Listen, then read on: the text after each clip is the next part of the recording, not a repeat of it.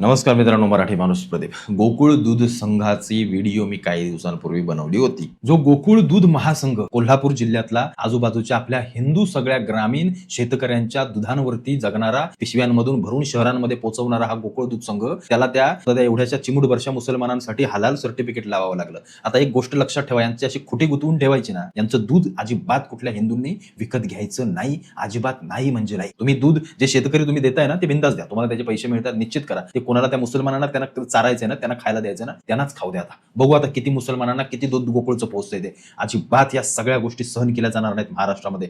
हलाल एवढूशा तुमच्या 2-3% साठी हलाल सर्टिफिकेट कशासाठी? आमच्या दूध संघावरती, आमच्या शेतकऱ्यांच्या कष्टाने उभ्या राहिलेल्या दूध संघाचे मलिदे तुम्ही खाणार सगळे, आणि छोट्या मोठ्या या सगळ्या कम्युनिटीसाठी, या छोट्याशा याच्यासाठी त्यांचे लाड पुरवणार तुम्ही. हिंदूंनी या सगळ्या गोकुळ दुधावरती, त्यांच्या सगळ्या प्रोडक्ट्सवरती इथून पुढे कायमस्वरूपी बंदी घालायची, आणि जो हलालच्या व्यतिरिक्त आपल्याला दूध आणि सगळ्या गोष्टी देईल त्याच कंपन्यांना आता मोठं करायचं. आता शाणं बनायचं. आता यांना सुट्टी द्यायची नाही, अजिबात सुट्टी द्यायची नाही. ही व्हिडिओ तुम्ही पाहिलीत व्यवस्थित. त्याच्यामध्ये मी सरळ सांगितलं होतं हिंदूंना की दूध विकत घ्यायचं नाही, आपल्याला काहीही गरज नाही. त्याच्यावरती अनेक लोकांनी माझ्यावरती टीका देखील केली, अनेक लोकांनी समर्थन केलं. पण या सगळ्या गोष्टीला विस्तृत जरा व्यवस्थित जाऊया. आणि मला त्या गोकुळ दूध संघाच्या अधिकाऱ्यांकडून जो काही फोन आला आणि त्यांनी जे काही मला सांगितलं किंवा धमकीच्या सगळा केस टाकू, या सगळ्या गोष्टी करू, जे काही त्यांनी बोललं किंवा सांगितलं त्या गोष्टी देखील व्हिडिओच्या शेवटी सांगतो. आता येऊया महत्वाच्या विषयाकडे, ते म्हणजे हलाल सर्टिफिकेशन. यांना असं वाटलं म्हणजे या गोकुळच्या दूध संघाला किंवा या सगळ्या लोकांना की आम्ही जे काही बोलतोय आमचा अभ्यास नाही, काय नाही, कसे आम्ही आपले कुठेतरी धर्माचं नाव जोडून बोलत असतो, या सगळ्या गोष्टी करत असतो. पण जरा व्यवस्थित ऐकून घ्या. आम्हाला कळत नसतो तर आम्ही येडे नाही होती तर बसून बोलबच्चनगिरी करायला. तुम्हाला व्यवस्थित सांगतोय प्रकरण नक्की काय. या गोकुळ दूध संघानं एक व्हिडिओ किंवा त्यांचं एक स्टेटमेंट जाहीर केलं की हलाल सर्टिफिकेट आम्ही का घेतोय. निश्चित आहे, हलाल सर्टिफिकेट हे जे काही आखाती देशांमध्ये जो काही व्यापार चालतो किंवा त्यांची एक अशी संघटना, जशी आपली FSSAI संघटना आहे किंवा एक आपलं लिगल रजिस्ट्रेशन आहे, तसं या हलाल पद्धतीचं एक रजिस्ट्रेशन आहे, जिथं मुसलमानांच्या किंवा आखाती देशांमध्ये जेव्हा तुम्ही काय विकाल तर ते हलाल सर्टिफिकेट शिवाय घेतलं जाणार नाही. आता या गोकुळ दूध संघाचं काय म्हणणं आहे माहिती आहे का, की अमूल, आपल्या देशातला अमूल असो, आपल्या देशातलं ते मदर डेअरी असो किंवा इतर कुठले दूध संघ असो किंवा काही असो, ते प्रोडक्ट जे आहेत, जे काही दूध तर तिथपर्यंत काय पोहोचणार नाही किंवा पोहोचतही असेल काही माहित नाही, पण तुमचं पनीर असो, तुमचं दही असो किंवा बाकी सगळ्या काही गोष्टी, श्रीखंड वगैरे, या सगळ्या गोष्टी जर बाहेरच्या देशांमध्ये विकायचं झालं तर हलाल सर्टिफिकेट हवं. तर त्यांचं असं म्हणणं आहे की जर आपला गोकुळ दूध संघ कुठेतरी मोठा व्यापार करतोय बाहेरच्या देशांमध्ये आणि मोठा होतोय तर आपल्याला त्याचा अभिमान असला पाहिजे. निश्चित त्याचा अभिमान आम्हाला आहे, त्याचा अभिमान आहे, म्हणून आतापर्यंत गोकुळची साई आम्ही खाल्ली, बरोबर खाल्ली. तुम्ही नका सांगू आम्हाला कशाचा अभिमान काय ना. आम्ही अमूल घ्यायच्या आधी आमच्या महाराष्ट्रातली कोणते दूध आहे ते आम्ही घेतो आणि हक्कानं घेतो. मी तिथलाच आहे, पश्चिम महाराष्ट्रातलाच आहे. त्यामुळे आमच्याही गावातल्यांचे बऱ्यापैकी सगळ्यांचं दूध गोकुळ दूध संघापर्यंत पोहोचतं. ते आम्हाला काय तुम्ही शिकू नका कुठलं दूध खायचं आणि काय करायचं, आणि तुमच्यामध्ये धर्म देशाभिमान नाही आणि मराठी माणसाविषयी काय नाही. आमच्यामध्ये काय आहे ते आम्हाला व्यवस्थित माहिती आहे. तर या गोकुळ दूध संघाचं म्हणणं आहे की आम्ही बाहेर व्यापार करतोय, आमचं बाळमुळं आम्ही रोवतोय, पसरतोय.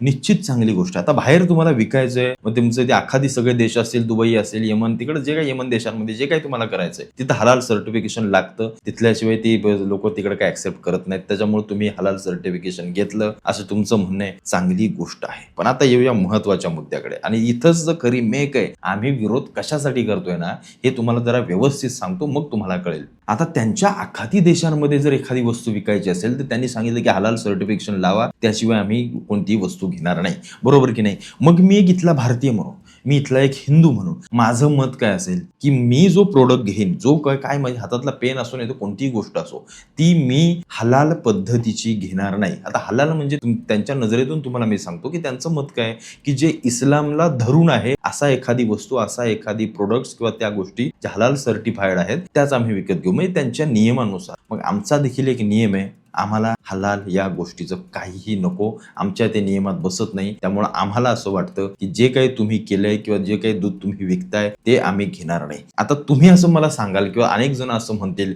की हे दूध तर आपण बाहेरच्या देशांमध्ये विकतोय, मग इथं भारतीयांना किंवा भारतामध्ये आम्ही हलाल सर्टिफाईड दूध विकणार नाही. थांबा, इथं सगळ्यात महत्वाची गोष्ट आहे, इथल्याही लोकांना, इथल्याही मुस्लिम लोकांना किंवा इथल्याही मुस्लिम लोकांचा हाच आग्रह आहे की जोपर्यंत आम्हाला हलाल सर्टिफाईड प्रोडक्ट्स मिळत नाहीत तोपर्यंत आम्ही कोणतीही वस्तू घेणार नाही. हे मी कोणाचं सांगतोय? इथल्या भारतीय मुसलमानांचं सांगतोय. त्यांना देखील असं वाटतंय की जोपर्यंत हलाल सर्टिफाईड होणार नाही तोपर्यंत आम्ही कोणतीही वस्तू घेणार नाही. हे फक्त गोकुळ दुधाचं नाही, तुम्ही गुगलवरती जा आणि कुठले कुठले हलाल प्रोडक्ट्स आहेत आणि जे इंडियामध्ये देखील सेल केले जातात त्या मुस्लिम लोकांना, त्याचे एकदा लिस्ट बघाल तेव्हा तुम्हाला समजेल की मी कशामुळे या सगळ्या लोकांचा विरोध करत होतो. तुम्हाला हलाल सर्टिफिकेशन लावून विकायचं ते बाहेरच्या देशांमध्ये विकायचं, मग इथं तुमचे प्रोडक्ट कसे काय येतात? इथल्या दुकानांमध्ये तुमचे प्रोडक्ट कसे येतात? इथल्या लोकांना देखील, इथल्या मुसलमानांना देखील काय वाटतं की आम्हाला हलाल प्रोडक्ट्सच हवेत? याचा अर्थ तुम्ही इथल्या काय 10-5% साठी जो काय तुम्ही हलाल सर्टिफाईड आणि या सगळ्या गोष्टी केल्या आहेत त्याच्या विरोधात आम्ही बोलायचं नाही, त्याचा विरोध आम्ही करायचा नाही. त्या हलाल सर्टिफिकेशनच्या माध्यमातून जो काही पैसा त्यांच्याकडे जातो या सगळ्या लोकांकडे, तो पैसा कशासाठी वापरला जातो तो काय तुम्ही आम्हाला सांगायची काही गरज नाहीये. तो खामेनी कोण कुठला मेला, इथल्या लोकांनी जे काही उर बडवलं ना, इथला पैसा सगळा जो आजपर्यंत कधी या देशामध्ये कोरोनासारखी परिस्थिती आली, या देशामध्ये पहलगाम सारखा हल्ला घडला, या देशामध्ये जवान कितीतरी मारले गेले, या देशामध्ये कितीतरी अशा आपत्त्या आल्या, किती पूर आले आणि काय काय आलं, या देशातल्या मुसलमानांनी कधी एवढी संपत्ती गोळा केली का? मला तुम्ही सांगा. घरातल्या तांब्याच्या, चांदीच्या, सोन्याच्या वस्तूंसहित या सगळ्या लोकांनी जमवलं आणि त्या इराणला पाठवलं का?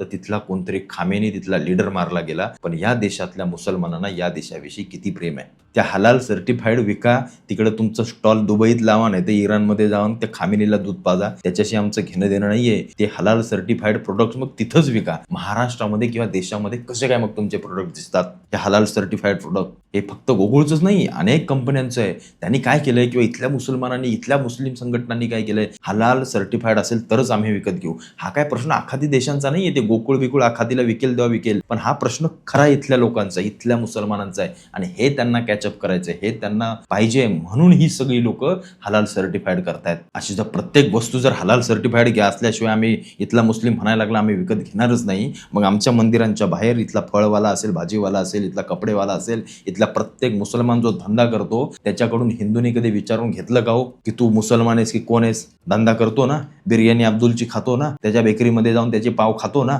त्याचं मटण, त्याचं चिकन, सगळ्या गोष्टी घेतो ना. आपण हिंदू म्हणून कधी कुठल्या अटी नाही ठेवल्या. मग यांना ह्या अटी का? कारण त्यांना माहिती आहे इथला पैसा जो काय या सर्टिफिकेशनच्या माध्यमातून आपल्या एका विशिष्ट संस्थांकडे पाठवायचा, जेणेकरून आपली सगळी आखाती देश किंवा आपला मुस्लिम देश किंवा आपला धर्म स्ट्रॉंग होईल, आपला धर्म मजबूत होईल, असं त्यांचं म्हणणं आहे आणि तेच त्यांना करायचं आहे. या भारतामध्ये FSSAI काय आहे ते तुमचं रजिस्ट्रेशन हे आहे ना, कशाला हलाल सर्टिफिकेशन हवं? कशाला? तुमच्या धर्मासाठी वेगळं, मग आम्ही आमचं काहीतरी वेगळं काढतो सर्टिफिकेशन हिंदूंसाठी, हिंदू सर्टिफिकेशन असं काहीतरी काढतो की ही वस्तू असल्याशिवाय आम्ही विकत घेणार नाही. हे चोचले असले पुरवायचे असतील ना ते गोकुळ बिकुळ आम्हाला काही नकोय, काही गरज नाहीये, काही गरज नाहीये. असे बाकीचे देखील अनेक दूध संघ आहेत जे दूध देतात त्याच दर्जाचं देतात. तुम्ही गोकुळवालं म्हणजे काय डायरेक्ट गायीच्या थानाला खाली पिशवी लावून लगेच काय दूध भरून आम्हाला देत नाही. पण मी आजही त्या गोष्टीवरती अडून आहे की हलाल सर्टिफिकेशन असेल, गोकुळ दूध हिंदूंनी खरेदी करायचं नाही, या मताचा मी आहे. तो सगळा मगाशी दाखवलेला व्हिडिओ बनवला आणि मला त्या गोकुळच्या अधिकाऱ्याचा, कोण प्रदीप पाटील नावाचा कोण अधिकारी आहे, त्याचा मला फोन आला. त्याचं म्हणणं होतं की तुम्ही आमच्या गोकुळ दूध संघाची कशी काय बदनामी करता, तुम्हाला काय माहित नाही, तुम्ही कसं काय बोलता. मला माहित नसतं तर मी बोललो नसतो,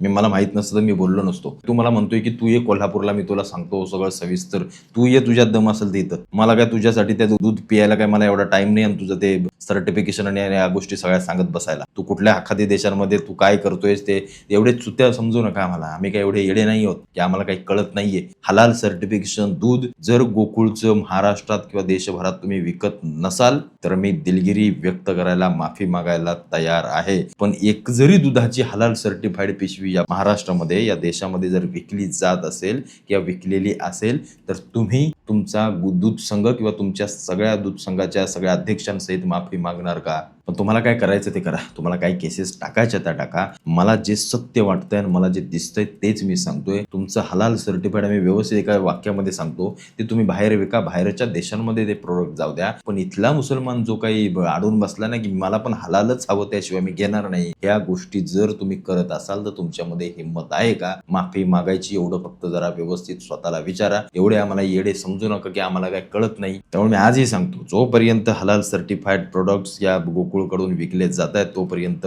हिंदूंनी दूध घ्यायचं नाही, एवढं फक्त सांगतो आणि इथं थांबतो.